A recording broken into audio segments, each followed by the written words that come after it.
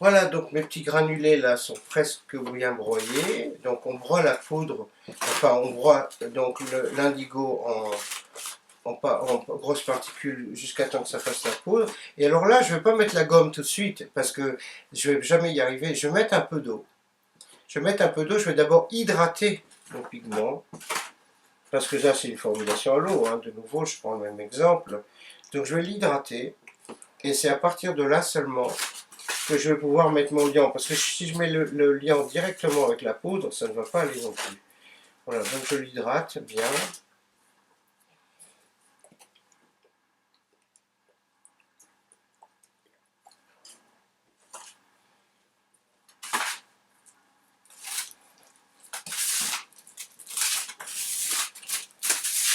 Voilà, alors oui, il faut que ça glisse comme ça.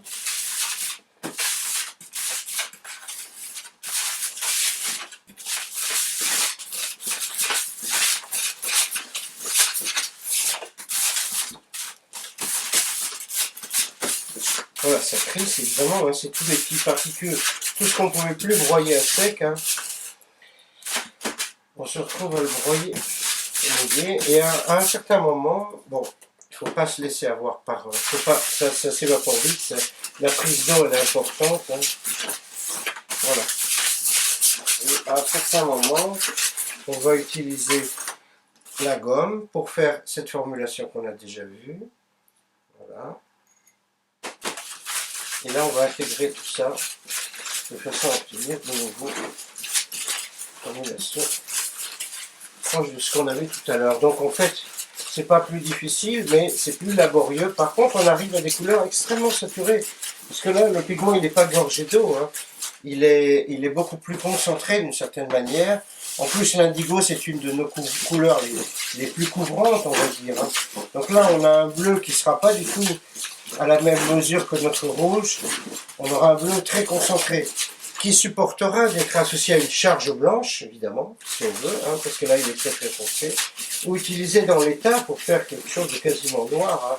Ça, ce sera au coloriste de choisir ce qu'il veut. On est loin des couleurs primaires, hein, bien entendu, parce que dans les couleurs primaires, il n'y a pas seulement cette notion de complémentarité, il y a aussi, dont on ne parle pas souvent, la notion d'intensité, bien sûr.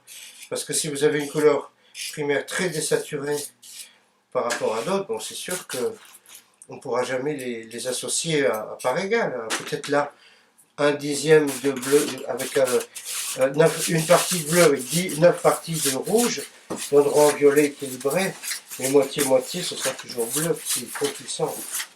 Alors toutes ces considérations sont très importantes aussi. Hein. Après, c'est le travail du formulateur. Voilà, donc il faut le travailler encore un petit peu. Je vais voir ce que donne.